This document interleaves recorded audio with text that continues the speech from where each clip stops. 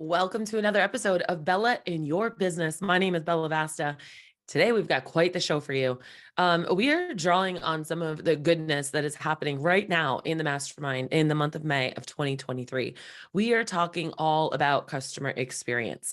And as our previous guest, Eddie Christian, described to us, customer experience is being on the offense and customer service is being on the defense. It was really cool. If you're a mastermind member, you want to go check that out. But before we get into the show, I want to do a major shout out to some of you. I've been inviting you guys to call me and let's set up a call. The free 20-minute calls, jumpconsulting.net/20. And I've had the pleasure of speaking with a bunch of you. Through that, I learned that you're not just listening to me while you're walking dogs, driving, or folding laundry, like I usually say. Leah is getting her Bella in Your Business while she's in the shower, which is amazing because she's getting it however she can get it. I talked to Kristen, and Kristen was digging ditches in her backyard, and she had her earbuds in so that she didn't have to remember that she was doing a task that she didn't like. You guys, I love it. I love hearing where you're listening and what you're doing. So keep that coming. Shoot me an email, bella@jumpconsulting.net. Well, today we're going to get into some lessons learned. We recently at Jump Consulting redesigned our website, and it was a total train wreck. For any of you who have ever designed websites, you kind of expect it not to always go completely smooth because there's just too much stuff with tech that you cannot foresee. And that's okay. That's expected. What isn't expected is when you have one of the most horrible experiences with a company and things get really sideways. There is just hostility. There is lack of communication. There is blaming. There is a lack of professionality. And if you're in the mastermind, you know what I'm talking about because we talked about it in depth there. But I today am actually going to use that experience and we're going to make out lemonades. We're going to make lemonade out of this lemons. I am going to 1, 2, 3, 4, 5, 6, 7. We have 7 different things that I want you to remember when you are doing customer experience and customer service, because this is on both ends of it. It is the defensive end and the offensive end. And when you encounter situations with the companies or your clients, I want you to remember these lessons that we learned. So the very first thing that any business should do is they should ask really good questions and the right questions. If you guys have downloaded my my sales class, my phone script class that's on the website, it's only $79.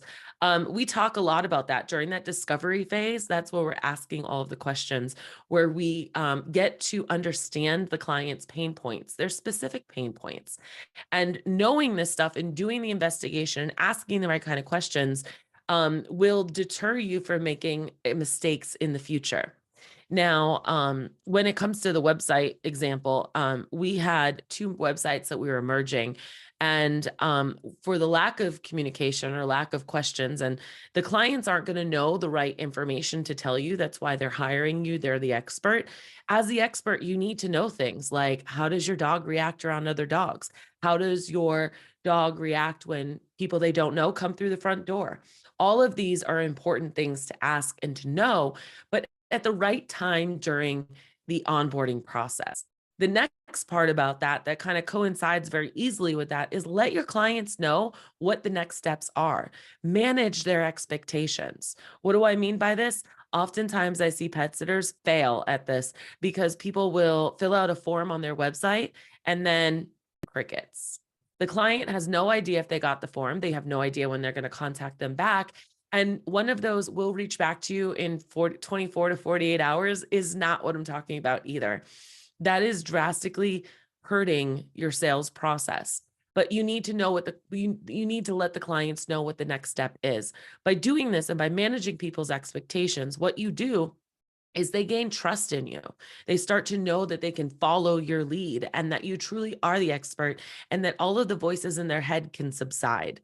Also, if they know what to expect, their anxiety will go down. And they also know what steps of the process are coming up and where things are going to be appropriate. So definitely let your clients know what the next steps are. The other thing I would do if you are ever in a situation with a contractor is document everything.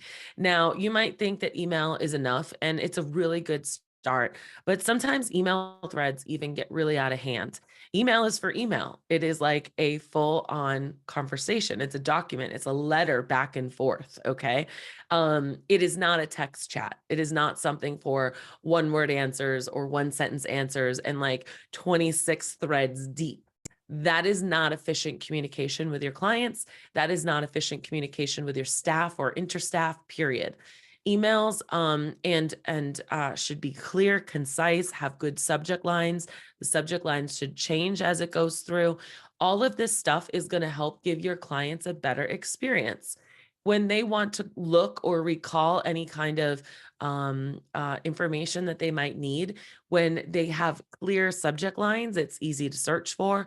Also, internally inside of your own business. So, you want to make sure that you have clear emails, clear communication, and that everything is documented so that no one can ever really come back at you and say, well, you promised this or you said this, or you can hold someone else accountable to it. A good example for this in the pet industry, and something I used to use in my former business before I sold it, was telling people I could literally be inside my client system at that time. And someone emails me or calls me and they're like, hey, Fido's food is changing from 1 cup to 2 cups. Okay, well, I want to make sure that this actually happens. So our policy is that you have to update it because I don't want to make any mistakes or forget or anything like that to the client. It's the client's responsibility for that documentation of that specific thing. The next thing is streamlined communication. And I actually just was talking about this with one of my clients today on a coaching call. She had Grasshopper for text messaging. She had Precise Pet Care for journals. They had emails, and I think they had Slack too. No, there was something else for clients, and it was out of control. It was causing her so many extra hours of work. And you had to check 4 places to make sure that you didn't miss the message, or you had to check 4 places to find out where the answer was because you didn't remember where the answer was. Y'all want to streamline communication. Less is more. I always say that this is dog walking and pet sitting. It's not rocket science. And that is not meant to minimize anything that we do in our industry, but we want to make things streamlined. We want to have one place to go. If you have a software where you have journals or client communication and app, keep everything in there. Reserve email for your internal team or reserve email for emergencies. But you have to train your clients. You have to let them, again, back to the first point, you got to let them know what to expect, how to communicate with you, and how to get the fastest response. By doing this, you're going to save time, which is money. And you're also going to increase your clients' happiness with you and decrease their anxiety because they too aren't going to have to go around to 500 different places to figure out where you responded to them. All right. The next one is back up your staff. In situations where there are tough things, we're doing a lot of situational questions in the mastermind this month as we deal with customer experience. What would you do in this situation? How are the different ways that we could solve this? Really creatively thinking and creating processes from them. I want you to always back up your staff. Now, of course, if they did something terrible, that's an exception to the rule, but you never want to come at your staff like accusatory until you gather the evidence and the facts from both sides and understand what's going on. You want them to know that you empower them.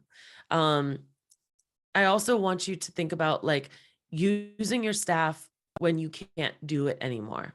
When you can't do it anymore, or you are too emotional, or maybe you're going through something in life and you just have to tap out or delegate.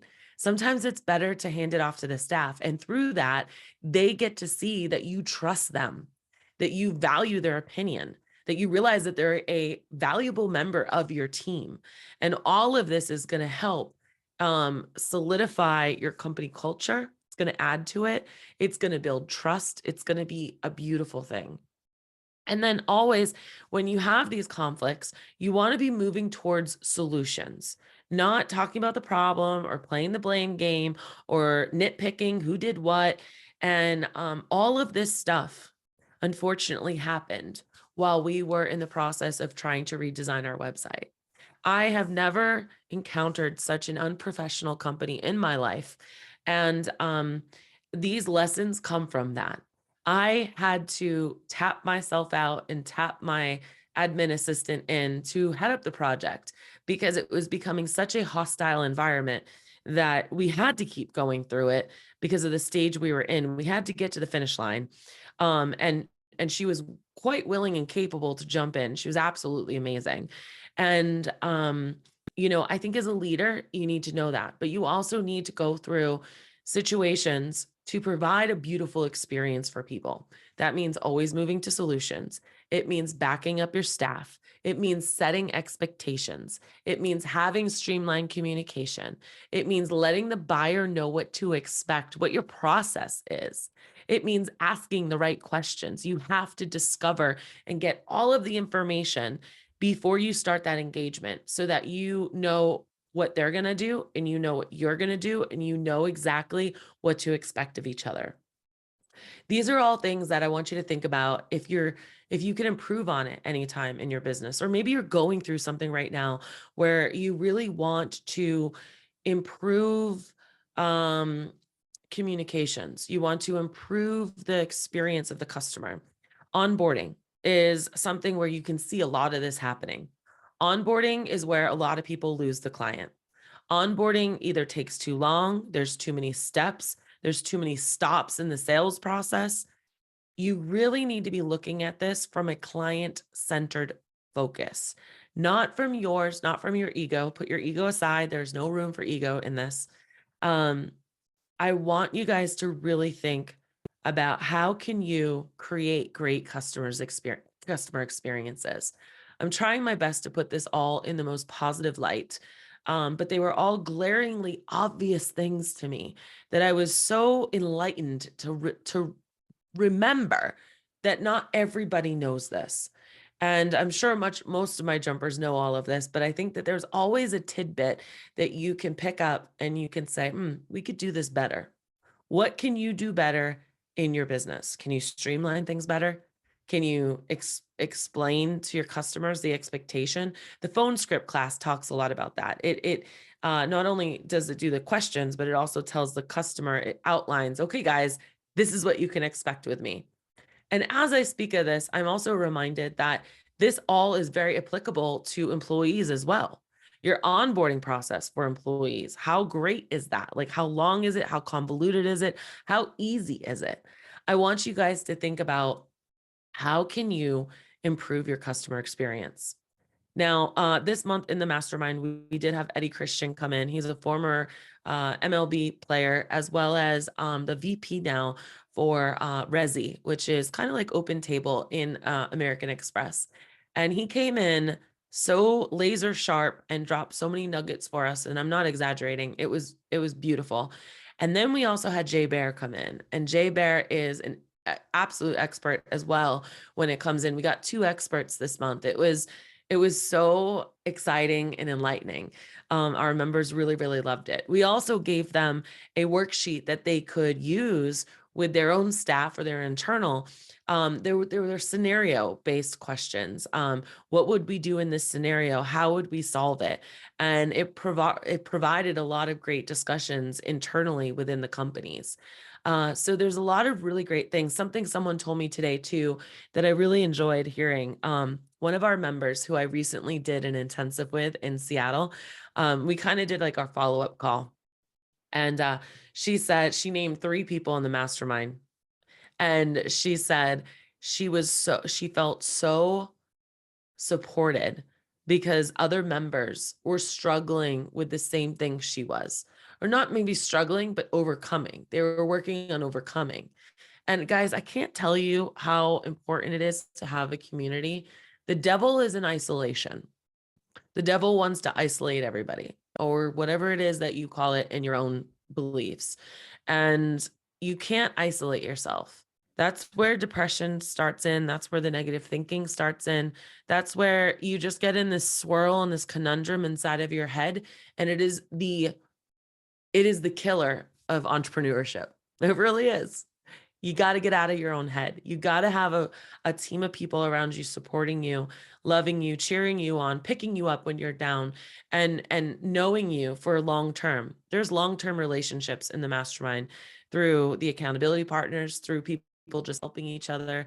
And I really, really encourage you, if you're trying to figure out how do I get involved with Jump, that's definitely one of the very first starts. Get in there, understand the culture of Jump Consulting, understand the things that I say on this podcast all the time, that I believe that your business should be an asset. You should not be a slave to it. You should have a social life, if should you choose. You should have time and financial freedom. You should have a savings account and a business savings account. You should be able to go on vacation and spend the holidays with your friends and family. And you should be able to have a steady flow of clients and customers. I know that might sound like a magical unicorn to some of you out there. And I get it, because I've been exactly where you are.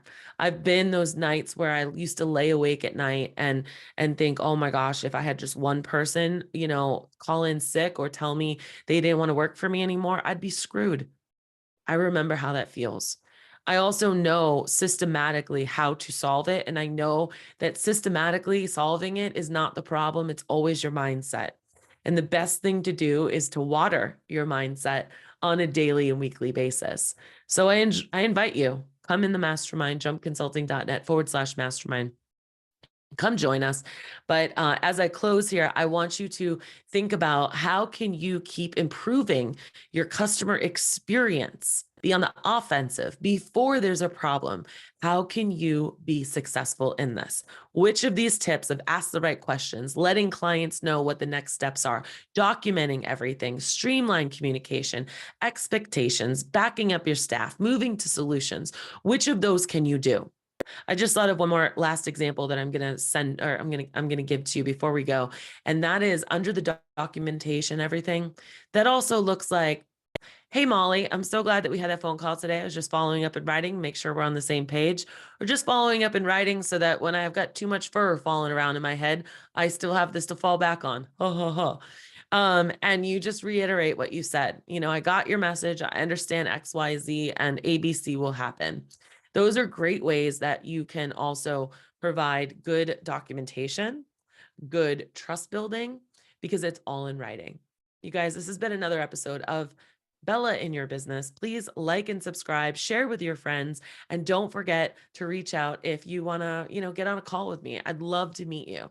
jumpconsulting.net/20. Bye now.